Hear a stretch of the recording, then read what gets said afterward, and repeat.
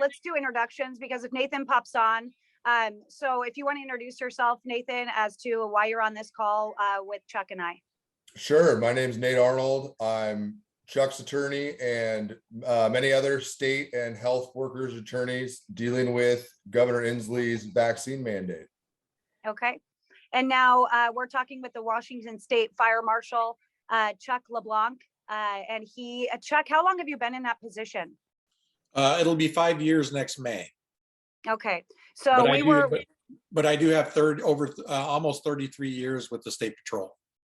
Okay, so your life has been to protect and serve.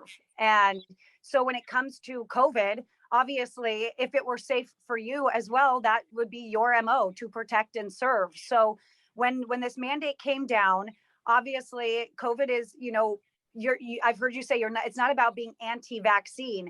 It's because you've had doctors' recommendations against it. So can you explain that to me?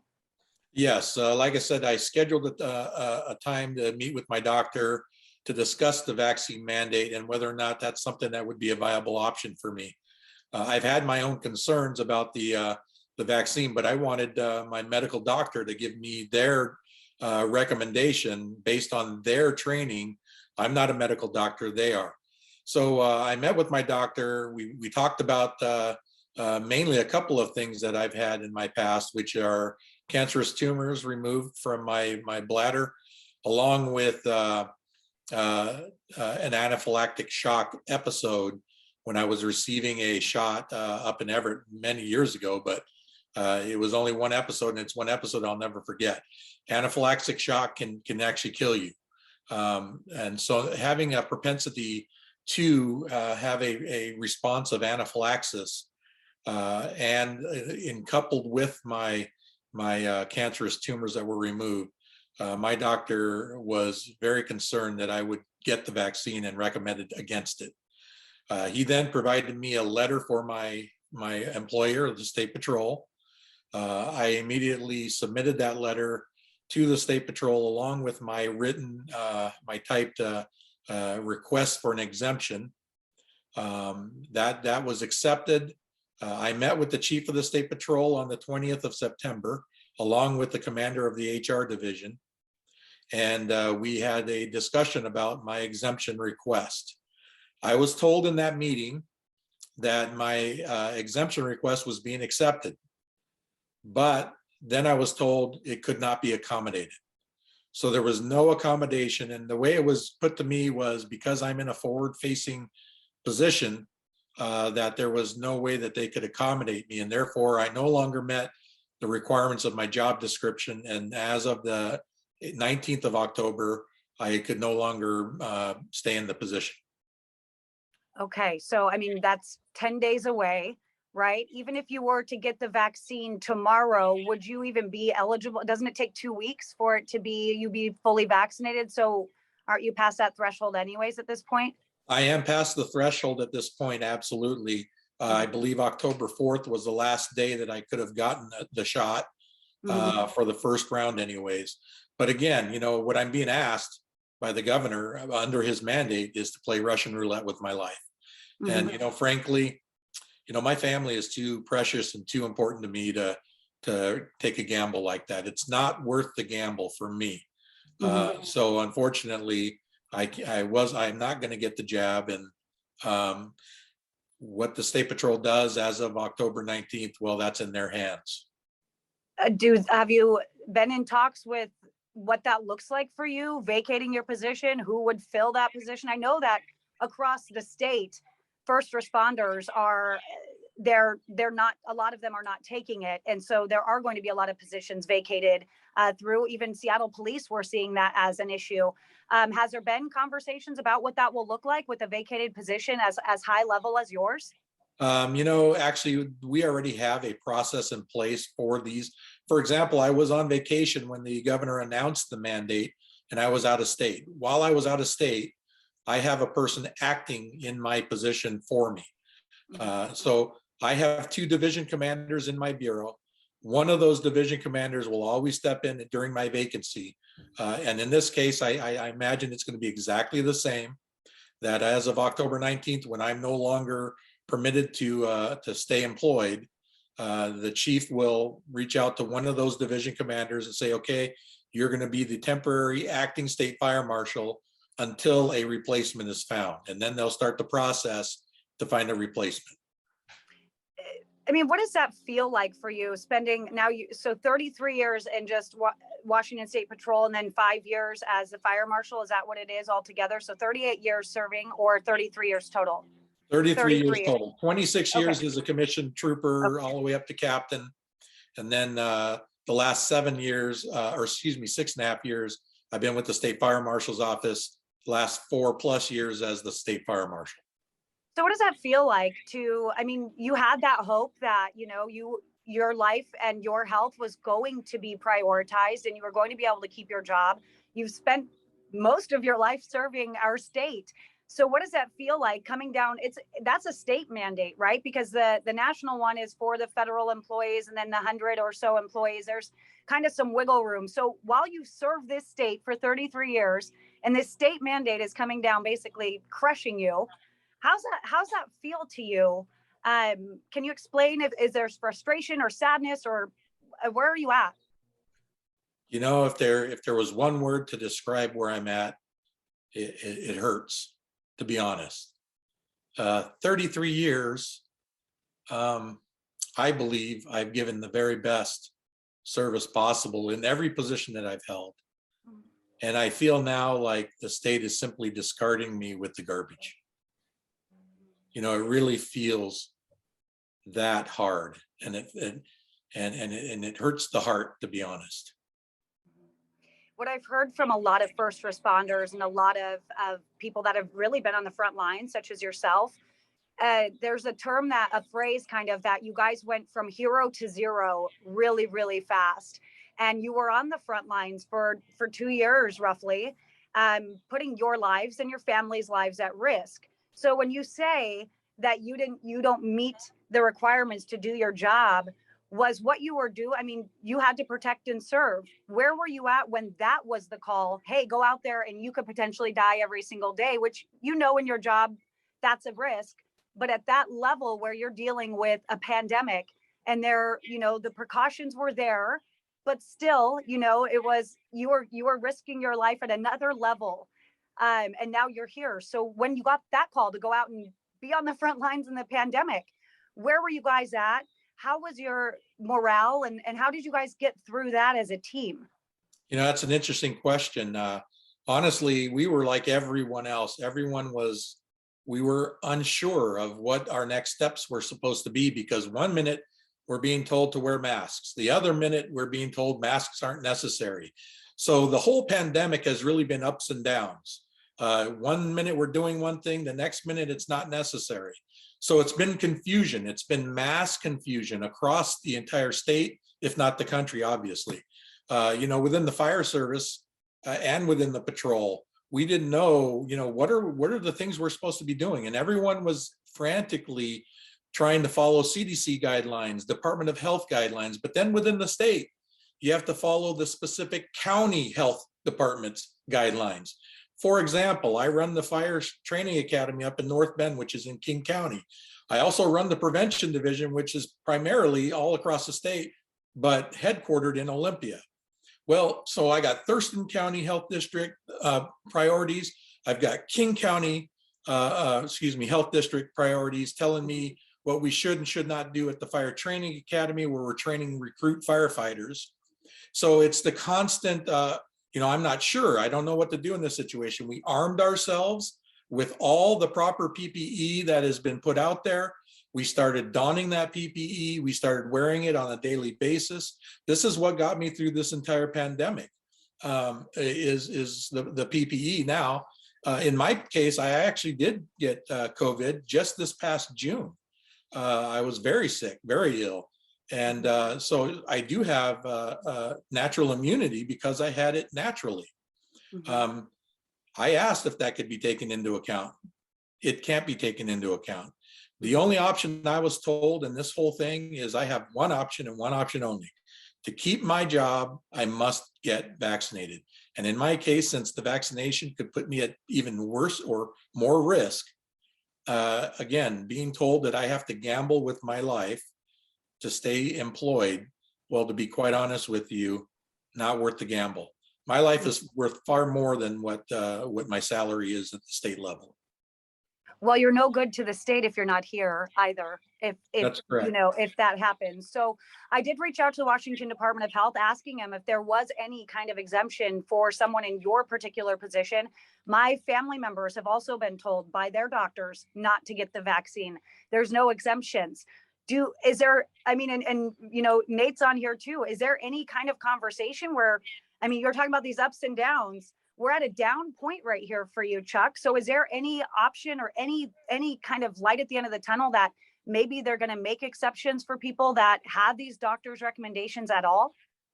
Well, actually, that's where my attorney comes in, because I'm hoping his efforts could actually bring that to bear. But right now, as we speak, there is no option for me. You know, I even asked the question, what if I do get the vaccine and I have an adverse reaction?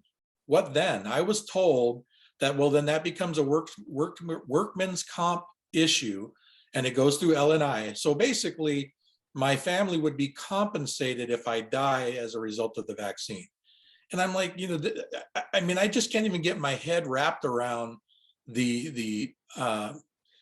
it doesn't make any sense to me that we're asking people, in my case, and there is a percentage of people in the population that cannot and should not get the vaccination. But we're asking them, hey, if you want to stay employed with the state, get the shot. Even though I just told them, my doctor thinks I could have an adverse reaction to that. And you're okay with that. You're okay with asking me to put my life on the line for what's called a vaccination, which really isn't a vaccination, by the way. Yeah. You know, to me, it's ludicrous. And the fact that you can look at me in my face and look at me in my eyes and tell me just get the shot is amazing to me, because I think, matter of fact, no, I know that if they were in my situation, they would not be doing what they're doing. And Now- Allie, it's additionally incredibly illogical where these people, you know, are heroes of the pandemic, which you're exactly right. Chuck and everybody else is not just going to disappear on the 19th. Instead of Chuck being the fire marshal, instead of my clients who are nurses helping in the ER room, instead of teachers in the classroom, keeping the ferries running on time, those people aren't just going to apparate on the 19th. They're just going to still be unvaccinated and go work in the private sector somewhere else or be unemployed, neither of which accomplishes the objective that the governor claims to have. We are not better off with our nurses serving pancakes instead of saving lives in an ER or doing whatever they're doing, you know, working for any private enterprise or retail, whatever it is that these folks are going to have to go do to make ends meet. And that's nurses, that's teachers, it's firefighters. We already have, the one thing the governor and I do agree on is we have a stressed system across the board. Our infrastructure is in rough shape as a result of manpower. And it's not going to get any better when we lose any percentage of these critical, highly trained people. Yeah. We need nurses. We need doctors. Now, And these same people are going to be unvaccinated out in public somewhere else instead that of makes sense. doing what they're doing. Yeah, I didn't really think about it like that, but that's absolutely right. Now, as far as the doctor's recommendations, because I've had people say, you know, I talk to a lot of folks on Facebook and a lot of people are chatting about what's going on. A lot of people say, oh, well, go get another doctor's recommendation. Go seek a second opinion. Chuck, was that something ever that has been told to you or has been suggested? Because for me, I just can't help but wonder, well, if you trust them to tell you you have cancer or you have high blood pressure or you have something else, you wouldn't go get a second opinion necessarily for that. But I have heard that they have suggested that. Is that something that anyone suggested to you? That is not something anyone suggested to me. However, I think the idea is ludicrous. And I'll tell you why. They're just like any other walk of life, doctors can be on both sides of the aisle. You can get one doctor that says, no, I would not recommend you get the vaccination, just like my doctor did. And then if I go to another doctor, and then what doctor do I go to? Is it a doctor of my choice, or is it a doctor that the state tells me to go to? Because I can tell you, whoever, if the doctor is getting paid by the state, what is his or her opinion going to be on? It's going to be to be vaccinated. So, you know, again, this comes down to conscience. You know, you gotta go with your gut. You have to go with your conscience. I believe my doctor when my doctor says that I could have an adverse reaction. I have had an adverse reaction in the past when I went into anaphylactic shock, and I know that, and I saw the terror on the face of the nurse and the doctor at the time that were treating me. I can tell you that anaphylaxis is not anything to mess with. And even if it's a small percentage of a chance that I would have it, to me, it's not worth the risk. It just isn't. Now, I have a family member who's also in the military who did end up getting the vaccine, even though, you know, it was more of a preference thing and just questions about the vaccine and those kinds of things that we're seeing a lot of people that are first responders and military members having those questions. Now, a lot of people argue that, well, when you sign up for these kinds of jobs, when the military, things like that, you sign up for everything that comes along with it. And these, you know, vaccines and these things that are supposed to be mandated or whatever that is. What do you say about that? Obviously yours is a doctor recommendation, but what do you say about those kinds of situations where they say, well, but you signed up for this, you have to protect and serve, you have these things you have to meet no matter what. And in the military, they have to get all the vaccines, right? So it's a little bit different, but you are still, again, on the front lines in a different retrospect here. Right. Well, having served in the military myself, I know that when you're in the military serving, you are the property of the military. That's the way it works. So you are mandated to do whatever the military brass tells you must do, as long as it's lawful and within the law. So they do have total control over you in the military. However, I'm not in the military right now. I'm a civilian public service person. And the state doesn't own me, and the state doesn't have the ability, or in my opinion, shouldn't have the ability to dictate these types of decisions. These are decisions that I have a right to make in and of myself, based on information that I've gained from my doctor, and also based on my own conscience. Unfortunately, I think the governor is frankly, he's discriminating against a percentage of our people within the state, and that's very unfortunate. This is the highest form of discrimination that I've ever seen, and it's flagrant and it's right in your face. And Now, Ali, even in the military, our personnel do still have civil rights. There are some limitations that are different than civilians, and we're not dealing with that in this lawsuit. But I have some other lawyers representing folks in the Department of Defense that would be happy to explain all of that to you. Because although Chuck is right that the common perception is that you are the property of the U.S. government, and to a large extent you are, but even soldiers have civil liberties, and definitely public servants in the state of Washington have civil liberties. Yeah. So Chuck, with that said, if on come October 19, you don't have a job anymore, what is that? I mean, in the military, they lose pension, they lose everything. My cousin would have been dishonorably discharged, according to him. What does that look like for you? Are you able to work in a public service role again? Say this, you said this is a whole series of ups and downs. Say in a couple months, they allow people to go back to work that aren't vaccinated, or whatever that looks like. Do you know what kind of regulations would be hanging over you if you lost your job for not complying with this mandate? Well, I do know, and I've read some documentation internally within the patrol that says that if after the 19th, and after I've been administratively separated from the agency, I do get the vaccine and they haven't filled my position, I would be considered to come back to the position again under the vaccine mandate, something that I can't do. So clearly that's not going to be the case. So basically on the 19th, I basically just kind of drift off to out into wherever the stratosphere, and Eventually, at some point, my position will be filled by somebody else. I mean, when you say that, I can tell there's just this wave of, I mean, you said you're hurt, but can you tell me what that specifically, somebody else stepping into your position because you aren't physically able to comply?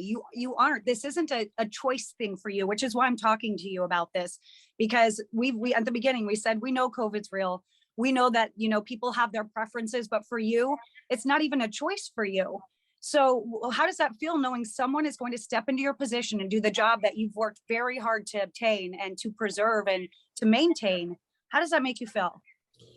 Well, again, it just makes me feel that because of this one singular issue, which is outside of my control, I have no control over this. You know, it's funny because a lot of people kind of have this flippant idea that we can just simply, what's the problem? Get vaccinated. You know, after my story broke out, I can't tell you how many emails I got from people. One of them was a University of Washington administrator. I won't say her name, but she sent me an email directly. And her email was, I'm very disappointed in you. You serve the public and you're there to protect the public. Get the vaccination. That was her simple email. And I find that very offensive because she doesn't have any idea who I am. She doesn't know my situation. And I venture to say, if she was in a similar situation that I am in, her tone would have been completely different. But unfortunately, because of what's happening in the media today, there's this idea that if you're not vaccinated, then you're anti-vax. And if you're anti-vax, then you're the problem in our public right now. Mm-hmm. And that couldn't be further from the truth. I don't agree with that at all. Mm-hmm. Now, when you were out there in the field, like you said, you work with the public, you're on the front lines, you have been, and you have been for 33 years. Were you in the last 2 years, did you or your crew members, were you guys tested regularly every day before you went home to your families? Was that something the state provided to you to make sure that you were safe? No, we weren't tested, but we were given, you know, PPE. So we've been wearing masks. We shut our building down. It used to be open to the public. It's been closed to the public since the pandemic. So only employees are in the building at any given time. Mm-hmm. While we're in the building, we're told we wore masks. For a short period of time, those who were unvaccinated had to continue wearing masks, which I did, while those who were vaccinated didn't have to wear masks anymore. But then when the Delta variant started coming around again, we went back to everyone wearing masks. Mm-hmm. I can't think of any cases where somebody in my building contracted COVID. I actually had COVID this past June. I got through it. I survived it. You know, I mean, you got to look at the numbers. 99.5% of us who get COVID are going to survive it. Less than 0.5% of those who are going to have adverse effects or very serious health or death. Mm-hmm. So it's a very small percentage. Mm-hmm. But yeah, so we've been following the rules. We've been following Mm-hmm. CDC guidelines, and it's worked for us in this entire pandemic. Mm-hmm. Why suddenly this magical date of October 18th makes a difference between vaccinated and unvaccinated? I really don't understand the logic behind it. Mm-hmm. I don't even understand what is being said as the science behind it. Mm-hmm. Yeah. We have breakthrough cases. So vaccinated people are getting sick and hospitalized. That makes me start to question the efficacy of the vaccine even more. Mm-hmm. But that doesn't seem to be the conversation being had out in the media today. Now, and the reason why I kind of asked if you were being tested is because of the idea that you have to, by the state, do this to protect others, but the state wasn't willing to protect your family. And because you can wear PPE, but you can still get COVID. You know that as well as I do. Absolutely. If you spend a prolonged period of time, you can, because we have seen that happen, right? So that's why I asked if they were testing you every day or regularly or making that a priority, because it's interesting to me that they want to make sure you're protecting people out there, but they weren't interested in protecting you and your family when you went home. So, and that's a great question. I can tell you this, my question on your question is this. Why isn't testing being allowed as an alternate to the vaccine to maintain your position? I'm perfectly fine with Monday morning before I start my week having to submit to a test. But that's not even an offer. Mhm. It is all or none here. It is you get vaccinated or you don't keep your position. And that is where I'm having great consternation with it, because there is no consideration for other alternatives. And the reason why I say that is my wife works for a local school district. She is being accommodated. She has to submit the weekly testing, and that's being allowed. My wife comes into contact with more individuals on a daily basis than I do. And so I find it very concerning that in one area there's other alternatives being provided, but yet in my area it's a hard line. You either are or you aren't, and if you aren't, you're not here. I'd be interested to find out how many people contracted COVID after a fire call or after being pulled over after some kind of service, right? If you guys were at that, if COVID came from any of the first responders and infected people. Do we have any stats on anything like that? Nate, do you know? I would think that the Department of Health would have those stats through the contact tracing. Contact tracing will tell you exactly who was with who when apparently COVID was transmitted. And we would know that data right now, because that would be the push of why you guys are being mandated to do this, right? Because there are a lot of people pushing back. But if they could prove that your interactions as first responders with civilians impacted them negatively or infect, or cause them to be vulnerable or susceptible to the virus, I feel like that would be headline news, because that would be even more incentive for you to be vaccinated. Right. And so what does I that have yet to see compelling data that indicates that. Right. I was just going to say, what does that tell you? That tells you that the data doesn't show first responders transmitting COVID to anyone else. So therefore, that's why it's not out in the media right now, because it doesn't exist.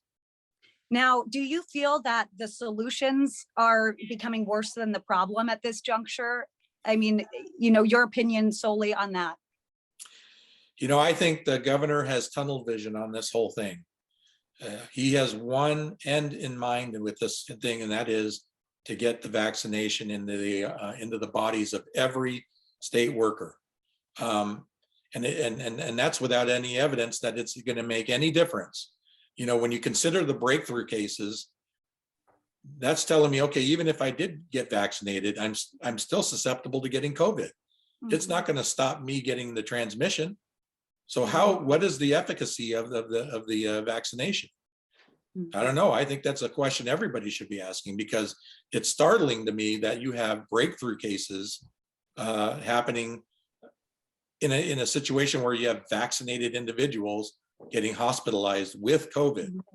And the latest numbers too show that we actually are seeing more deaths right now than we did last year at the same time. I mean, obviously numbers keep going, but when you look at the timeframes and you look at how many people have died, we've had more deaths in 2021 with the vaccine being out.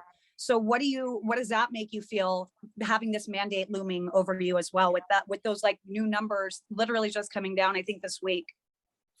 Well, again, if the numbers were showing that it's only the unvaccinated that are getting sick with COVID, and that's the reason why the numbers have gone up is because there's too many unvaccinated people, then there might be some validity to that. But that's not what the data shows. The data is showing even vaccinated people are getting sick. Even vaccinated people are transmitting COVID.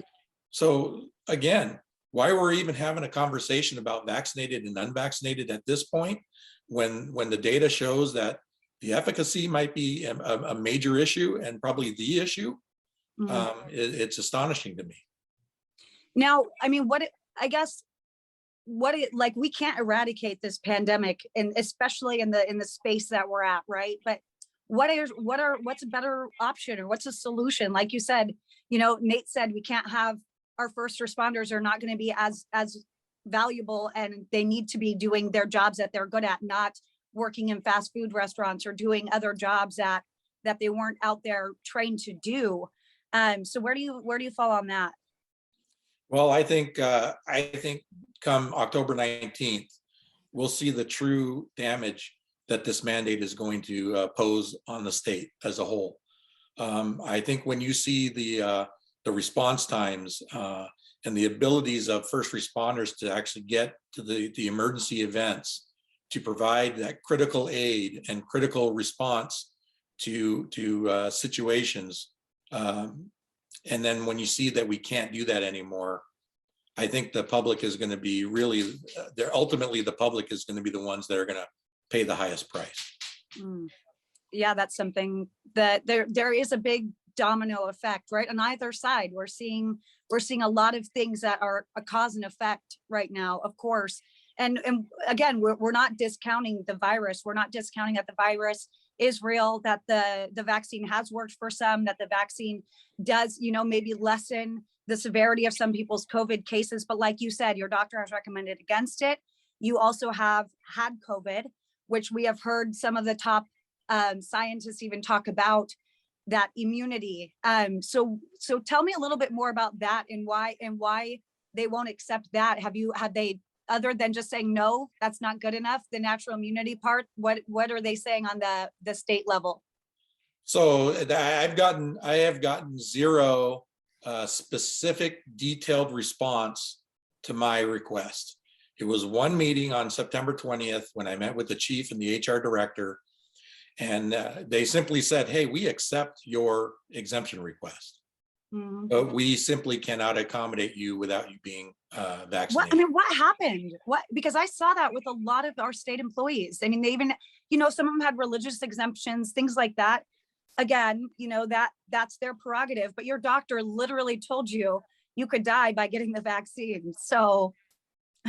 Well, I'll say this, last I checked, Governor Inslee is not a doctor. I put more credence into what my doctor tells me over what the governor is mandating over me. And I'm going to follow my doctor's recommendations any day of the week before I even submit to a. What did they say? Like, what was their reasoning for saying from pulling the rug out from under you guys, that thought that you were going to be accommodated with your exemptions? There was zero elaboration beyond, we cannot accommodate you because you're a forward facing position. You have to be vaccinated in order to maintain your position. Anything beyond that. So, and what does that tell me? It tells me that whether you put in for a religious exemption or a medical exemption, to be quite honest with you, the intent all along was the response was going to be the same. We accept your exemption request, but we have no accommodation for you. And that is what's happening 100% across the board. There might be an anomaly in there somewhere, but it's rare. Now, do you feel like you're being forced to make a choice here?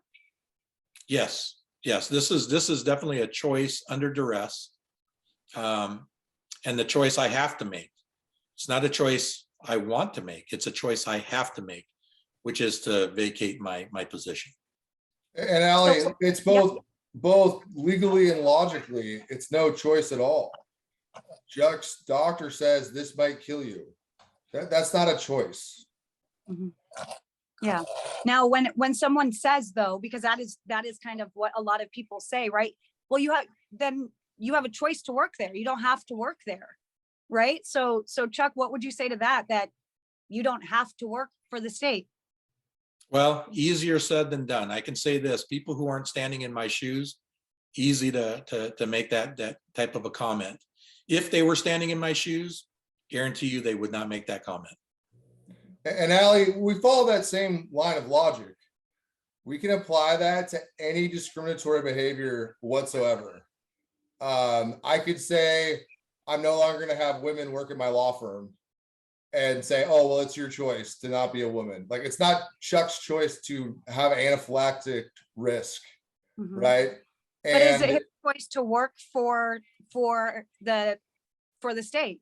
That's, I guess, and that's not, coming from me, that's the devil's advocate side here. Is it your choice to work there?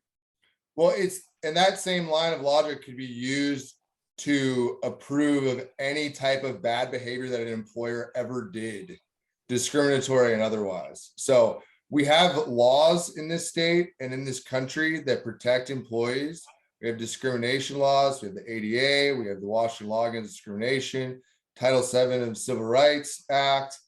And if that was a valid argument, it would render all of these longstanding laws null and void, and would It'd be very allow. slippery slope. Well, you'd have fallen off the cliff. There'd be no slope. They would if that was a valid legal argument, it would let employers do literally anything. And what you're saying is, with Chuck, he's not choosing to not get the vaccine. He is doing this under a doctor's recommendation because of severe anaphylaxis and different reactions that he's had. So that's what makes his story different, and exactly why we're having this conversation. Now, Nate, while you're on here, can you explain where the lawsuit is, what it looks like, obviously within reason here, because we're going to be sharing this. So whatever that looks like that you can share about what you guys are pursuing here. Sure. So the threshold issue is really whether or not the governor has the legal authority to do what he's done. We believe he does not. This is a decision that could be made by the legislature if and when they decide to do it.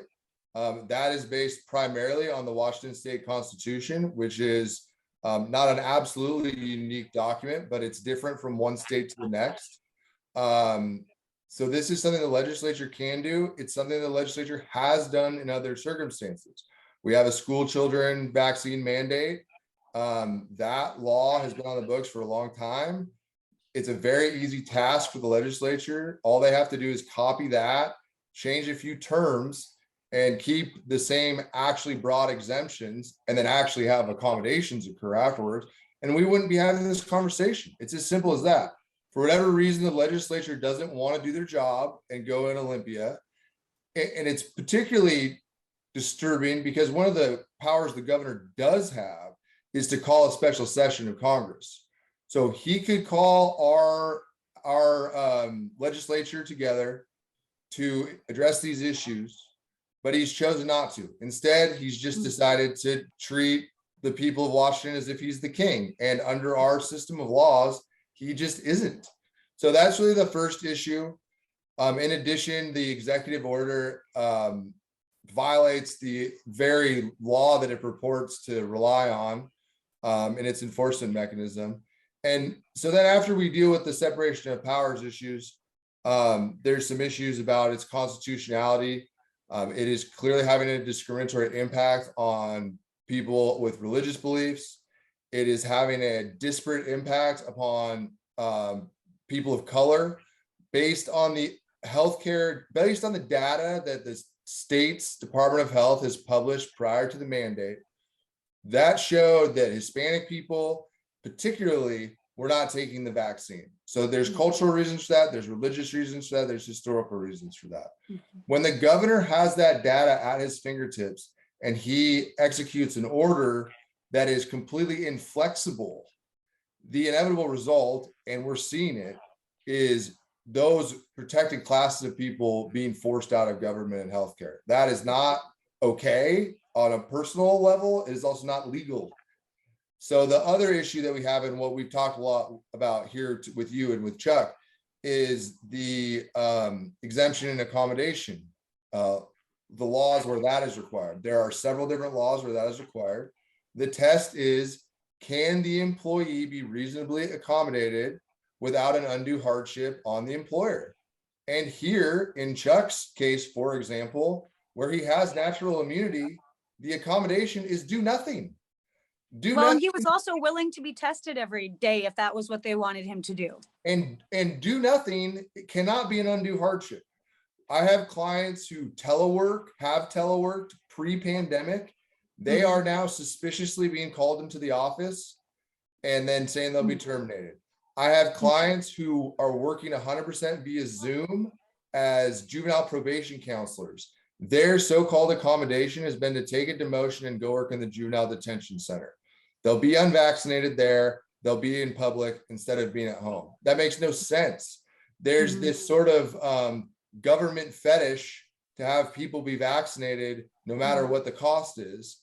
And it is illogical because it is going to result in more COVID and more death than it is going to prevent. And it's also illegal. So, well, and that's what we speculate that, right? Because we can't prove that it's going to cause more death And, but that's what we assume will happen. Well, what I will have expert epidemiologists that will present that to our court, Yeah. and we'll let the judge decide. But here's the bottom line, as a matter of logic, and I've said this earlier, how does it save more lives to have less nurses? Those same people will be out in public doing other jobs. That will result, and we have experts that are testifying to this, that backs up the triage system in a hospital. That backup in turn results to more people exposing others to COVID in the hospital. So I do think that I can say that's going to happen, and I think that is going to happen. Thank you I for also think elaborating that we on can that. That's say important. that I also think that we can say when we have longer response times from ambulances, firefighters. We need to remember with our firefighters, it's not like the movies. They're not spending most of their time fighting structure fires. Okay. They're spending a lot of time giving CPR and saving people's lives in a paramedic role. So having less firefighters is going to result in more death. I can say that very, very confidently. And if don't believe it from me, believe it from my experts, like the gentleman on the Zoom with me here.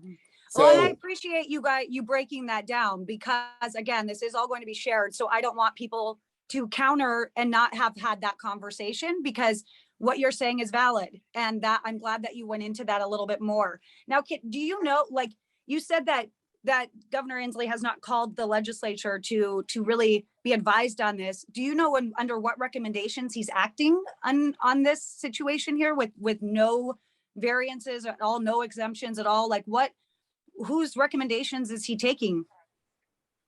Presumably his legal staff's recommendations, which we would love to have a day in court to challenge the merits of it. And we have been deprived of that so far, but it'll happen eventually. And we'll deal with it then, and we'll see what the judge thinks. I think this is the kind of case that, probably gets appealed. I would be quite surprised if it doesn't. And that's not a reflection of either side's merits. This is just that type of case. So, we're going to go through that legal process, and at the final bell, wherever that is, probably several courts from now, we will get some answers.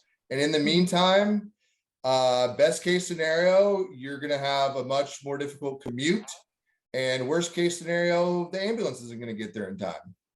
Mm-hmm. So where does the lawsuit stand right now, Nate? Is it in the state court? Like where are you guys at with it right now? So we have two cases based on different legal theories. One's in state court, one's in federal court. Both are at the trial court level. This is all very new. Obviously, I didn't get involved in this until really weeks ago, although it feels like years with how little I've been sleeping. But that's okay. I represent law enforcement officers who are whistleblowers. So that's how I got connected with folks in law enforcement and started working on this issue. In addition to my interests, obviously, and profession, that was my connection, my entree to this specific group of clients, and then it spread from there. What is the like main sentiment you're hearing from all these individuals? Is it frustration? Is it sadness? Is it disappointment? What are you really feeling from the people you're representing right now, while they're up against a wall basically here? Well, I mean, there's obviously a large mix of emotions. I think it's concern more than anything. And it's concern on two levels. It's concern for their families and their personal livelihoods. But I would say even more than that, it's concern for their brethren. It's not going to make the job any easier for the firefighters that remain. It's not going to make the job any easier for the teachers that remain. And people are really worried about their students, their patients. These are public servants. They're not doing these jobs for the money. All right. They're worried about the public. And that's something that's really ironic and offensive about this thing, is they're being told that they're a danger when they were the heroes of the pandemic a month ago. So it's a really unfortunate thing. I'm afraid there's going to be some serious practical issues. I assume your listeners and viewers do care about things like civil rights, but if you don't even care about civil rights, you'll definitely care about not being able to get over the pass when it's not plowed this winter. And you're really going to care when you call the Seattle Police Department and they're even slower than they already are. Mhm. With all of that said, Chuck, what do you want the public and what do you want people that, I mean, you said you've gotten some emails and you've gotten some flack for not even your decision, but for following your doctor's recommendations. What do you want people to know as this moves forward, as in 10 days, you're going to be no longer employed by the state? What do you want people to know? You know, if there's any one thing that I want to impress upon anyone that's listening to this story, it's this. We are Americans in this country. We need to stand for the rights that we have, and we can't stand idly by as we watch our rights being stripped away. These are fundamental rights that every red-blooded American born in this country or naturalized in this country has. And once we start giving these rights up, what's the next strip going to be when they strip away another right? And what's the next one? If you look nationwide across the country, there's a movement going on, and it's been slowly being fed to us, and now it's in our face. Now the question is, what are we going to do about it? You know, not many people in my position are coming to the public with this. I know, and I've already told my attorney this, because I'm in an exempt position, simply by me doing this, having these interviews, going public with it, I probably have zero chance of ever going back to my position. But I will tell you this, I will do this 10 times over because I'm doing it for the right reasons. And I stand by my decision. What do you think about the people that are simply choosing not to get the vaccine? Can you share anything about that? Or, I mean, because yours, like you said, isn't a choice. How do you feel about that? You know, I think as Americans, we have the right to make those choices in and of ourselves. I'm not going to tell you what you should put in your body, nor should you tell me what I should put in my body. It's always been the fundamental way that we've done things in this country. Now suddenly out of the blue, because we've gone through this pandemic, suddenly the Constitution doesn't apply anymore. And quite frankly, this is unethical. This is the highest form of discrimination that I've ever seen in my lifetime. And this is why I'm willing to step up. And this is why I'm willing to stand for this, knowing that it is definitely going to cost me my position. The cost of freedom far outweighs the cost of my salary. So what's next? What's next for you? Well, you know, I just had me and my wife had our first grandson, our first grandbaby. Congratulations. Thank you. He was born in Colorado in August, and we are going to spend more time with that little guy.